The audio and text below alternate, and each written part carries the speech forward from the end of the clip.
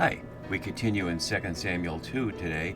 After David has gone to the people of Jabesh-gilead with his messengers and more or less quietly threatened them to succumb to his leadership, and meanwhile Abner has taken Saul's son Ishbaal and made him king over a whole wide region of the northern part of what's Israel, Benjamin, Ephraim, and some other places. And neither the people of Jabesh-gilead were given a chance to respond, nor the people of the places where Abner forced Ishbaal on people. Ishbaal on people. And so instead of listening for consent from the people, we're about to have a war. And it begins with a bizarre, macabre scene, unlike anything else I'm aware of in the Bible. And that's what we're going to look at here. So as we do, I want to remind us of the shape of 2 Samuel 2, 1-5 that we've been going through. Now we're on this battle of the pool of Gibeon with the tide turning toward David. In this first section, after David's been anointed king of Judah, which will lead to David being anointed king over Israel and a united monarchy at the end of our unit. We're also been looking at the links between this unit and the unit that's normally called Absalom's rebellion from 2 Samuel 15 to 19. And today we note that the sons of Zeruiah we'll see in our scene here, and we won't see them again as a group until 15 to 19, only 4 other times elsewhere in 2 Samuel. We also have been looking at our key words here, and we're on this paragraph today. And so really what's at issue is the names of the people. And the names of the people are important for both what they say and what they don't say. Notice nowhere in this paragraph is there anything about Israel or Judah. This seems to be just a personal encounter between these people along these two lineages of Saul and David, and Abner representing the side of Saul because Ishbaal is certainly not there in the discussion, and neither is David. They're represented by their generals here, Abner and Joab. And so we'll be looking at that as well. And so as we continue, we finished last time in verse 11, which really sets up what we're seeing. We finished last time in verse 12, which sets up what we're seeing here with Abner taking Ishbaal for reasons we don't know from Menahem to Gibeon, which is to say from this northern area here. It's not that northern. I mean, the Sea of Galilee is up here, but north of Jerusalem down here, and then down to Gibeon here, which is a good distance. And we don't know quite why he's going to those particular places. Gibeon wasn't specifically Saul's home place, but it's close to it, and that was Gibeah. So perhaps it's a successor to that. We don't know archaeologically those details. And so perhaps he's bringing him back to the hometown, and for all we know, Ishbaal or Ishbosheth, depending on your translation, might have been brought up there. And Joab apparently finds out about it. We don't know how he knows about it, but they had been in Hebron down here and come up to meet them here. So this is the first time now we're hearing of Joab, other than what we saw back here in 1 Samuel 26:6, where David said to Ahimelech the Hittite and to Joab's brother Abishai, who will go in with me, and Abishai goes there. But Joab was just mentioned there, and Abishai is his brother. So we have to deal with these people, known almost always as the sons of Zeruiah, which is unusual in that it turns out that Zeruiah is the mother, and we don't know anything about the father. But almost always, as we just saw in the last scene, Abner, son of Ner, the son of refers to a father, not to a mother. And yet they're always referred to this way, individually or collectively, as the three of them. So let's look a little bit at what we know about that. These three sons, Joab, Abishai, and Asahel. Are they David's covert assassins? It depends upon how you read David's denials. So as we'll see momentarily in the next chapter, after the death of Abner, spoiler alert if you didn't know that was coming, David protests, "Today I am powerless, even though anointed king, these men, the sons of Zeruiah, are too violent for me. Yahweh, pay back the one who does wickedly in accordance with his wickedness." But does anybody believe that? Does anybody believe that these people are operating independently? That David as king is not powerful enough to get rid of these people if he wants to? He's the king after all. How could these people be more powerful than them? So that's suspicious right on the face of it. We have to jump way later into the book in chapter 16, in the midst of Absalom's rebellion, when after David and his entourage are leaving Jerusalem to be safe from Absalom, Shammai comes out denouncing David as a murderer and a man of Belial, and Abishai offers to take off his head. And David protests, "What have I to do with you, you sons of Zeruiah?" And notice it's only Abishai who's being named, but as he did before, the sons of Zeruiah as a group are being referred to. And then later, again, after the rebellion is over and David's returning and Shimei is around, David says again to Abishai, "What have I to do with you, you sons of Zeruiah, that you should become an adversary to me? Shall anyone be put to death in Israel this day? For do I not know that I am this day king over Israel?" So with these rhetorical questions, it sounds like David is having to argue with these people about who's more powerful. But of course, David will get his way. Abishai and Joab are nothing apart from David, no matter what David says. And we see that on the deathbed, because without getting into all the details, on his deathbed, David tells Solomon, after Joab has killed Absalom's general Amasa, who had already brought some of the people back to David after Absalom's death, he tells Solomon, "You know also what Joab son of Zeruiah did to me, how he dealt with the two commanders of the armies of Israel, Abner son of Ner and Amasa son of Jether, whom he murdered, retaliating in time of peace for blood that had been shed in war. Do not let his gray head go down to Sheol in peace." And just a little bit later in the chapter, Joab dies at the hands of Benaiah. And we'll see at the end, only Abishai of the three brothers is reported to have survived David's reign or the succession into Samuel.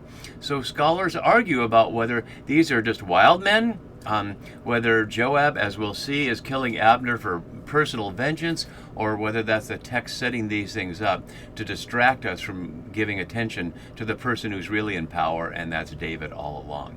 So let's see how that plays out in our scene here, which is really not about that so much, but about a battle between the two groups. And again, it's a bizarre scene. If you're not familiar, you'll be surprised how it unfolds.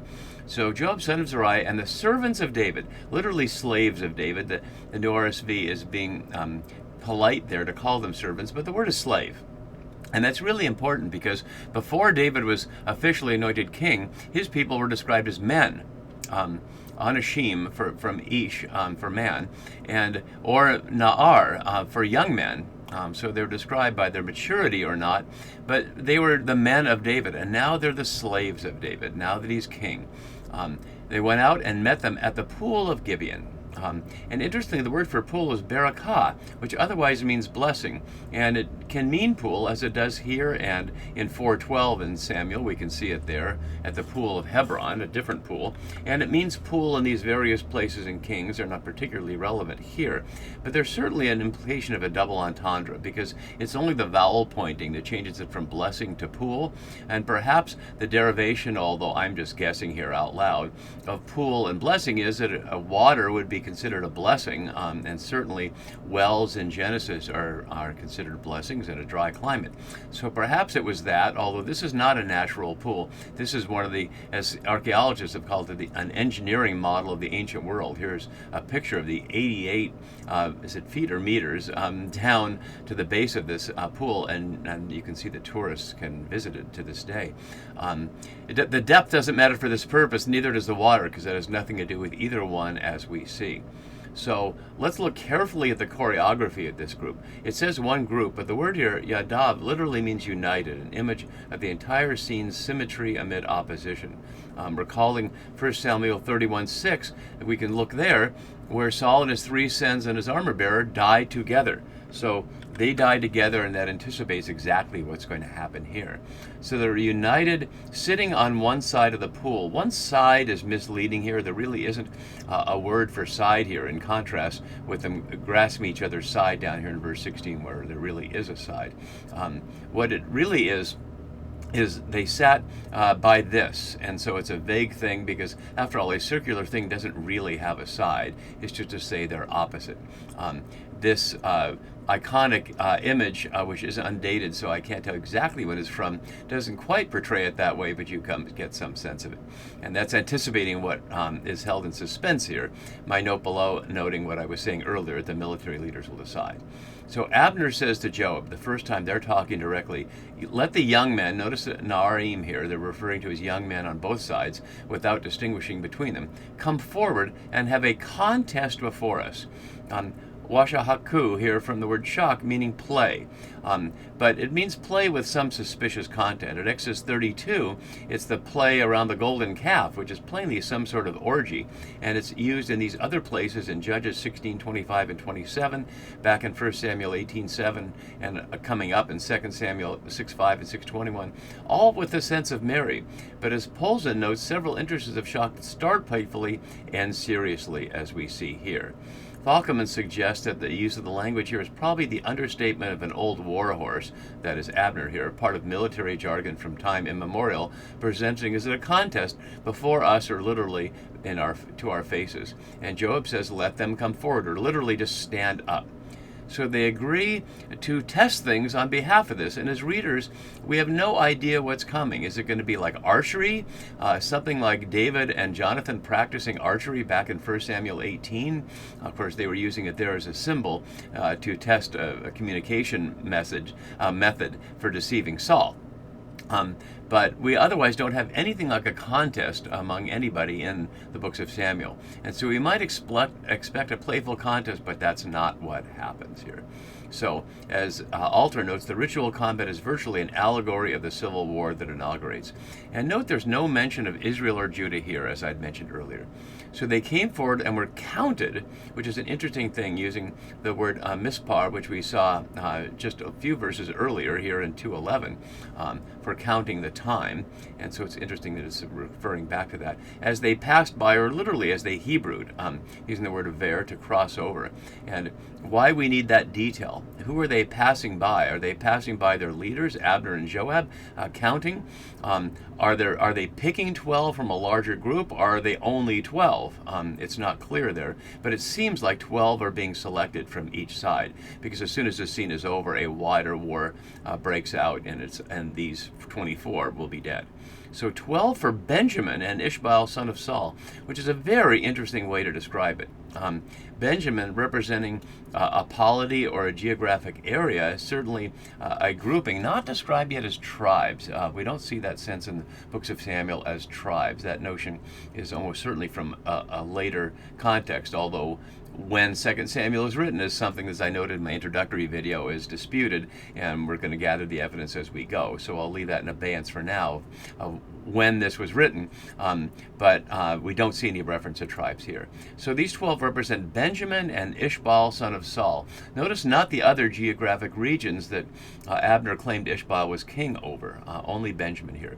And 12 of the slaves of David. So notice that these are not described with any adjective for who they are. They're not described as slaves or men or anything, just 12 for Benjamin and Ishbaal. And then we see this denouement. Each grasped, and grasp is not a good word here. The word here, vayachzuka, no, I got that wrong. Hazaku here, from what we saw in 2:7, as to make strong. When David was appealing to the people of Jabesh-gilead, he said, become strong. And we'll see it one more time in 13:11. So each, we could say, strengthen themselves against his opponent here, or literally his neighbor. It also can have an ugly or inferior, disagreeable connotation, but otherwise it can be neighbor in a positive way. So each became strong for their neighbor by the head. And as Polzin notes, it suggests a symbol of tribal leadership, starting with Goliath's head being taken off, and then we'll see Ishbaal's head being taken off, and others threatened to be taken off later in the book. So each became strong for his neighbor by the head, and there's no verb here, and the sword to the side of the opponent. So it's all in one continuous movement without a verb. So the only verb here is the becoming strong to his neighbor's head and sword into his opponent's side. From the picture, you can see some look like they're going in the eye, but we won't worry about that. So they fell down together. And the unity at the beginning and the unity at the end might lead you to believe it's a tie, but the postscript suggests otherwise. So therefore the place was called Halgaz Zaharim here, which is at Gibeon, meaning field of flints or field of blades. But we have a little more to go before we're done, because the narrator is going to give us an evaluation of the score here. the battle here, and now we're hearing it as war. And notice it's plainly a civil war here between them, although it's not described yet as a battle between the house of Israel and the house of Judah. The battle was very fierce or powerfully severe that day. We've seen Quahash for severe, for Hannah's describing her experience earlier, for Saul's, and for Nabal as a hard man. It can also mean hard. So the battle was powerfully severe that day, and Abner and the men of Israel, notice that Benjamin is not mentioned here, and Ishbaal is not mentioned here, only Abner is mentioned here, and now they're the men of Israel, the Ish of Israel, in contrast to the slaves of David.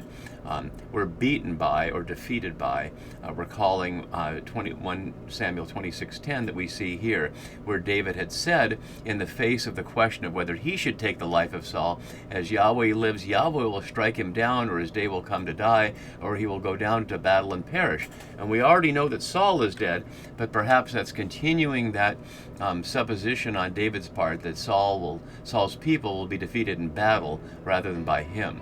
And so Abner and his men are beaten that day, but they're not gone yet, and Ishbaal is still king. So we'll have to see what Abner's next strategy is next time. See you then for that. Bye-bye.